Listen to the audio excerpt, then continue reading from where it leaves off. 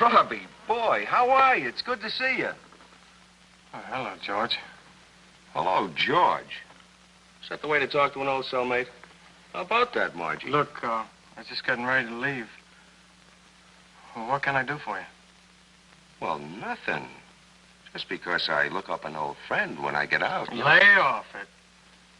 You're trouble, George, and I'm through with trouble. Come on, let's go. Well, I know how it is when you first get out, so if you can use a few bucks, take that.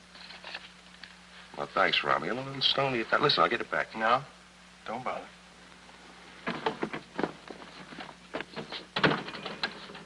Are you going someplace? Just down to the drugstore. Okay, Robbie. Listen, will you drop me and Margie off at the bus stop? Huh? All right.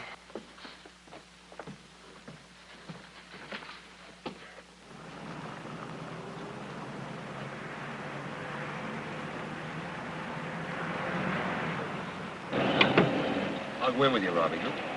I thought you were in a hurry to catch your bus. I'm out of cigarettes. Anyhow, you want to get a magazine or something, weren't you? Sit tight, honey. We'll be right out.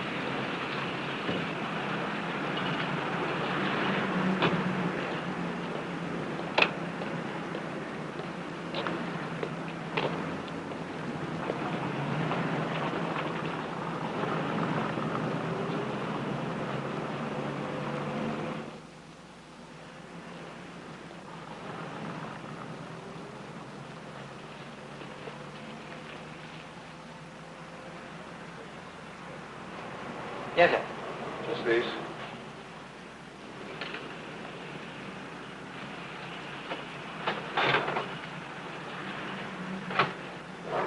Anything? All right, get in the back room. Go on, get in the back room.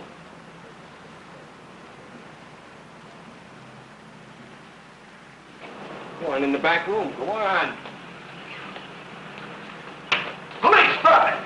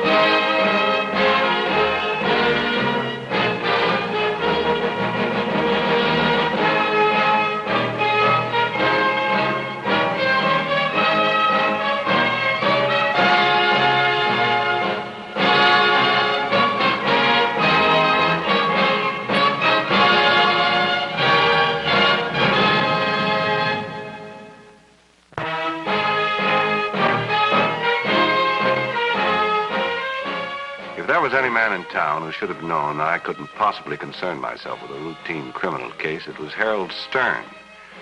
During the years he'd been my law clerk, one of his jobs was to keep people away from me. Now, as a practicing attorney, he stood there himself, asking what he knew I didn't have time to give. Mr. Maris, as you know, this is only my third criminal case. If I go to court with the evidence I have now, Robert Arnold will be convicted as an accessory to murder, the murder of a policeman. He doesn't need a Harold Stern. He needs a Herbert Maris or a Clarence Darrow. If he's that obviously guilty, why'd you take the case? But he isn't guilty. I've known Bob since we were kids. I believe him. He didn't do it. Oh, now, don't tell me that he was framed. Of course not. Now, look, sir, Robert Arnold made his mistakes when he was younger. It's true, he spent 3 years in prison. But he doesn't owe society a thing anymore. When he came out, I got him the job he has now. And he just happened to be with George Gault, whom he met in prison, the night that Gault tried to hold up a drugstore, huh? That's right, sir. You don't just happen to be involved in a holdup like that. Robert Arnold was. Harold, I just don't have the time. Mr. Maris, he is caught in a web of circumstantial evidence that will hang him. He needs you. Look. If you won't do it for him, then do it for me. If you don't, he'll die. I can't help him. I've done everything I can, and I know it isn't enough. Please, Mr. Maris, just talk to him. All right. Where is he? The prison ward of the county hospital. I mentally kicked myself all the way to the county hospital.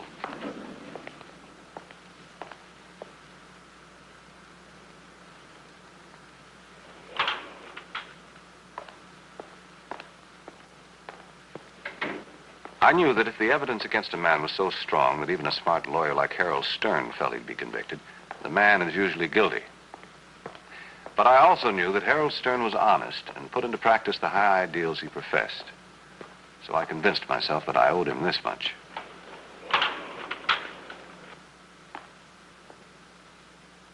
Robert Arnold didn't look like a criminal, but few criminals do. I told him who I was and why I was here. My mind was open. If he wanted to convince me of his innocence, he was welcome to try. Mr. Maris, I don't really expect you to believe it, but it's the truth. Stern told me you were driving the car that night. Why'd you pick that particular drugstore? Just because it was close to where I live. You see, I was going to buy a magazine and then drop them off at the bus. Miss Margie is the girl you claim was with Galt that night. That's right. The police say that Galt was the only one in the getaway car. I can't help what the police say. Mr. Maris, maybe she got scared and ran when she heard the shooting. I don't know, but she was sure there when we went inside. When was the first time you were aware that anything was wrong? Well, I was reading a magazine, and I didn't notice a thing until I heard somebody holler. Then there was a shot, and Galt ran for the front door there. Who identified Galt for the police? I did. Guess some people might say I was being a canary, Mr. Maris. But see, I work for a guy named Ed Sparks, and Ed's an ex-convict, too. When he hired me, he said that when you go straight, then you gotta go straight all the way. Then you're on the side of the law. That's exactly where I am now, all the way. Did it ever occur to you that if you hadn't been an ex-convict, you might never have been arrested at all? It occurred to me. But it may be true, it may not be, I don't know. Still, I know it was my fault for being there with Galt in the first place. I sure can't blame the cops for it. I'd laid a trap for Robert Arnold. Most ex-convicts, when rearrested, accused the police of persecuting them. He didn't. It was that attitude and a certain honest frankness about him which persuaded me to take a deeper look into the case.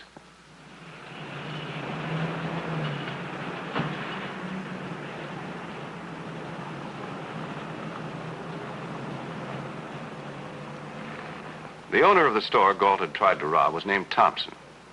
Mr. Thompson remembered the holdup indignantly, as he had a right to do.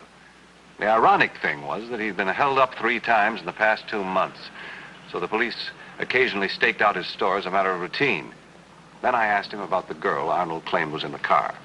Mr. Maris, I don't know anything about any blonde. To tell you the truth, I didn't even see the car. Maybe there was a girl outside, maybe there wasn't. Had you ever seen Arnold before the night of the robbery? You mean the fellow at the magazine rack? Oh, sure, he comes in sometimes, buys a little something, mostly magazines. Must have read a lot. Don't you think it's strange that if a man like Arnold was going to plan a robbery, he'd have picked a store where he'd almost certainly be recognized? Well, I never thought of that. It does seem kind of funny, doesn't it? It certainly does.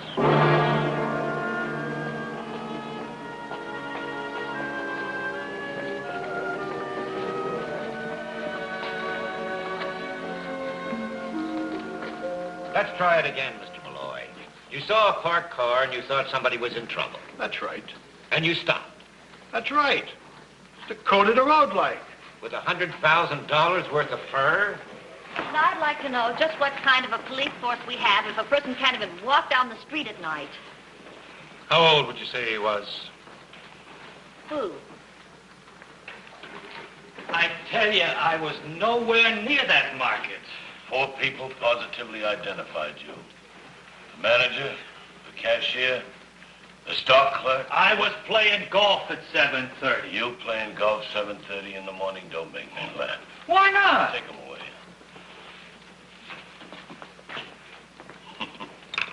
Hello, Counselor. They get tough pretty fast, don't they? Oh, they don't stay tough long. That one won't anyway. A few hours in the tank, you'll come up with a new set of lyrics. Sit down. I don't suppose you came here to invite me to speak to the Bar Association. You're holding a Robert Arnold in the prison ward, aren't you? That's right. You interested? Yes, I've been looking into it.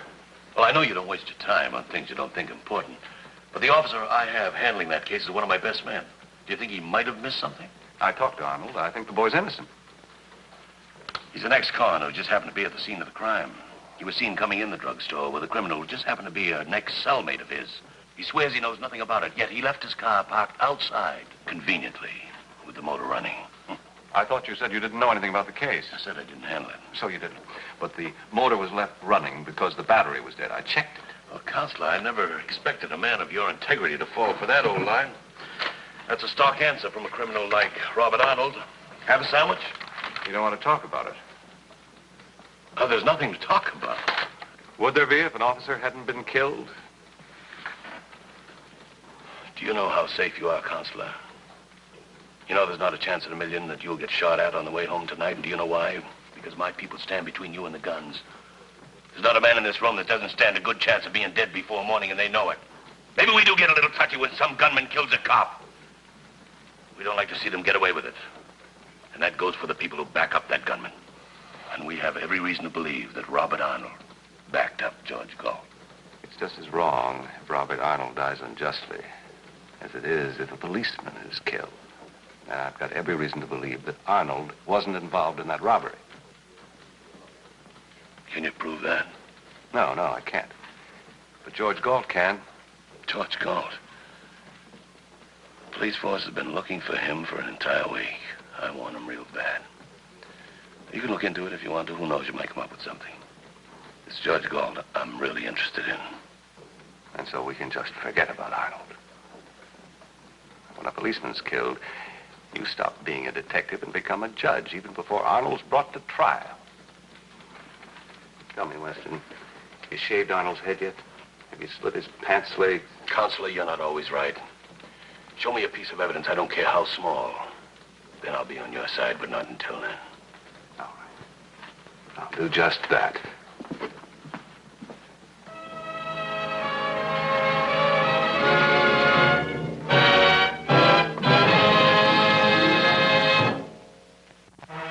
The name of Ed Sparks, Arnold's employer, had repeatedly come up in the course of my investigation. I called on him.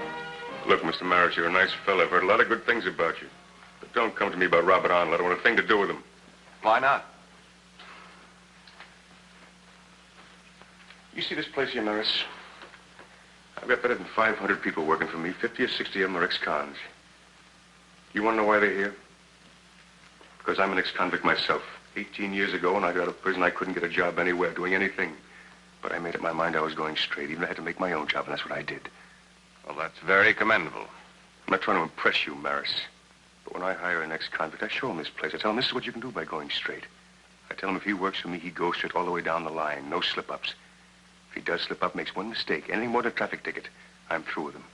Finished. Arnold killed himself with me when he got mixed up with George Gault. Tell me, did you talk to Arnold? Did you see him? Did you get his side of the story? Now, wait just a No. minute. You just sat there in your big leather chair and judged him. Isn't that what you were just bellyaching about, the way society treats you when you first got out of prison? You're a fine one to talk about cons going straight. You don't even believe in it yourself. Wait a minute, Maris. Well? You know something? You're right. If anybody in this world should know better, I should. Come on back and sit down. Guess I've been getting a little too self-righteous. So you really think Arnold is innocent, huh? I really think so. You're gonna have a hard time proving it.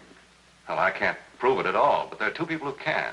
George Galt and the girl who was with him that night. What do you want me to do? Well, Arnold worked for you. Maybe he told some of his co-workers something that might help.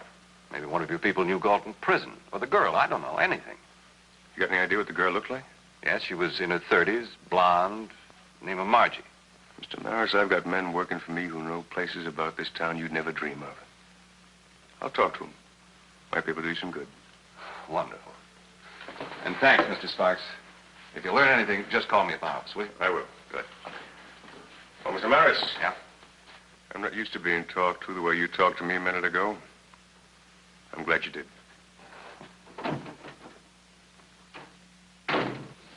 That night, Ed Sparks brought me the news that one of his drivers had known Galt in the old days. Galt had run around with a blonde girl named Margie then.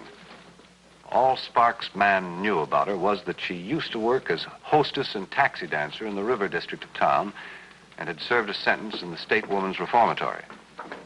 There they are, 3 of them, all Margie's. And you were right. Vice said one of them used to run around with Galt before he was sent up. Now, if your man can pick the right Margie out of these 3... But if he picked her out of just 3, you might say he was just lucky.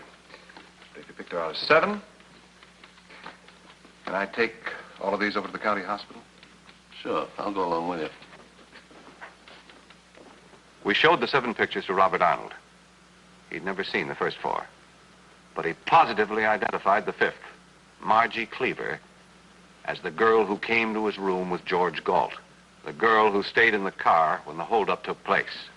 You told me that Cleaver dame hung around the river district. Now, if I gave you copies of her picture, do you suppose you could concentrate your salesman in that area for a few days? Who knows? If she's there, one of your men might just knock on her door. The next morning, Ed Sparks passed out a copy of Margie Cleaver's picture to each of his driver salesmen. He instructed them to call him immediately if they saw her anywhere. During the next couple of days, a blonde woman couldn't move in the river district without being scrutinized. We averaged between 5 and 15 false Margie Cleavers an hour. Not only did they not locate her at first, but they were so engrossed in the search that Sparks' salesman forgot to sell can openers. It's only $1.50. Don't you want one? No, I don't want one of your stupid can openers.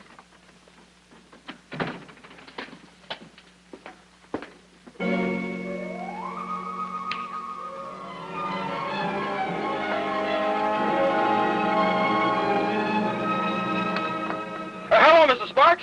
Hi, this is Hal Auerbach. Look, I just found the girl that we're looking for.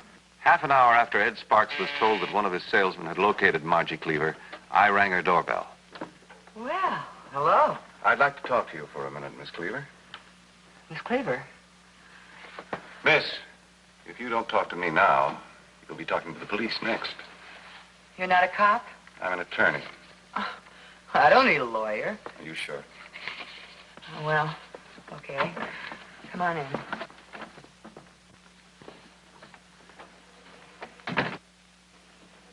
Well, what do you want? Save a man's life. Robert Arnold. I never heard of him. And I suppose you never heard of George Gault either. George who? Oh, look, Miss Cleaver. A man by the name of Robert Arnold is about to be tried as an accessory to the murder that George Gault committed. You know where George Gault is? I've got to find him. I've never heard of George, what's his name? And even if I did, do you think I'd blow the whistle on a killer? I got my own neck to worry about. Arnold swears that you were in his car the night of the robbery. Yeah, I read about that in the papers. Cops say he's lying. Well, the police aren't so sure anymore. They've got a theory. They figured that anyone who was sitting in that car, not expecting bullets to start flying, would drop to the floor when the first shot was fired. I'd do that, wouldn't you? You get out of my house, mister. I didn't have any trouble finding you, Margie. And I'm not nearly as efficient as the police. And I wouldn't try calling him and warning him. The phone might be tapped. Get out!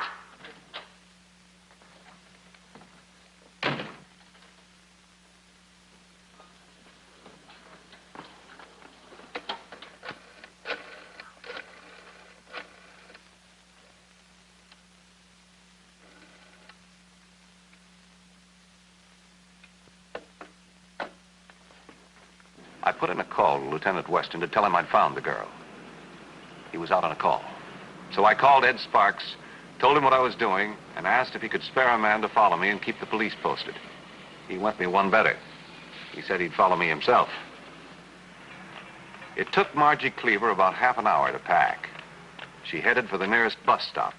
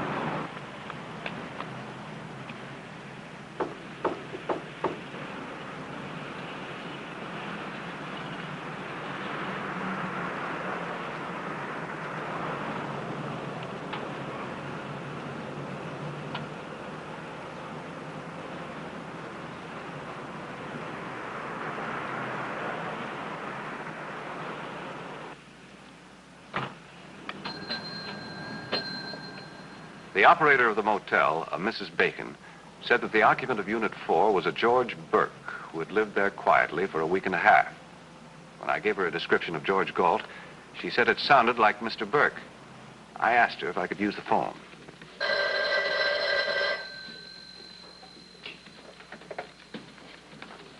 Lieutenant Weston. Maris, Lieutenant. I can't explain now, but I'm at the Brentwood Motel on Westlake. George Gault is living in Unit 4. Are you sure? I'm sure, but he and Margie Cleaver will be making a run for it any minute now. Stay there. I'll be right over. Lieutenant, if Gault is killed, he won't do Arnold any good. I want him alive. Well, that's up to him. If he doesn't use his gun, we'll take him alive. Oh, and Counselor, don't be a hero. Stay out of sight. I sent the motel manager away to safety. I had one hope, that Weston would get here before Gault tried to leave. He didn't.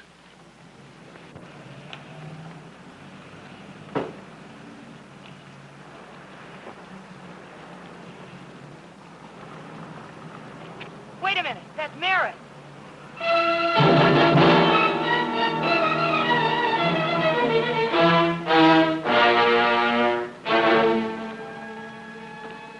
George, it's the police. Let him go. They're coming.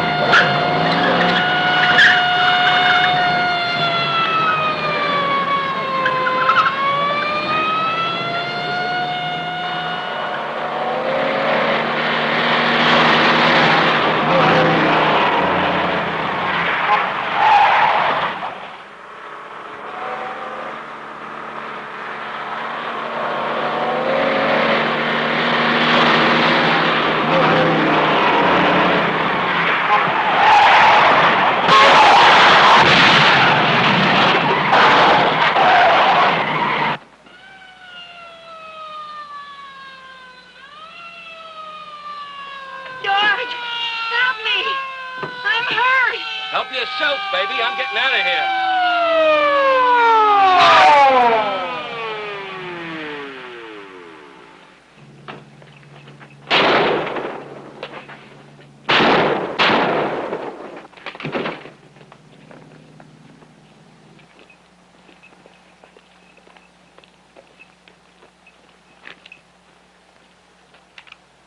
Sorry, Herb. I told my men to shoot only as a last resort. You can see they had no choice.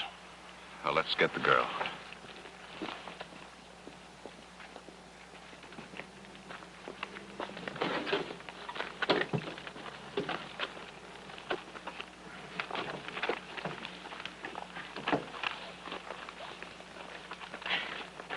I think my leg is broken. It'll be taken care of. Oh, Margie, he left you in the car again, didn't he? You were in the car that night, weren't you? Yeah, I was in the car. Afterwards, I was afraid... Did Robert Arnold know Galt was going to hold up that drugstore? No, neither did I. I don't even think Galt did. It isn't the first time that he pulled a heist out of thin air. You'll testify to that? Yeah, I'll testify. I don't owe him a thing.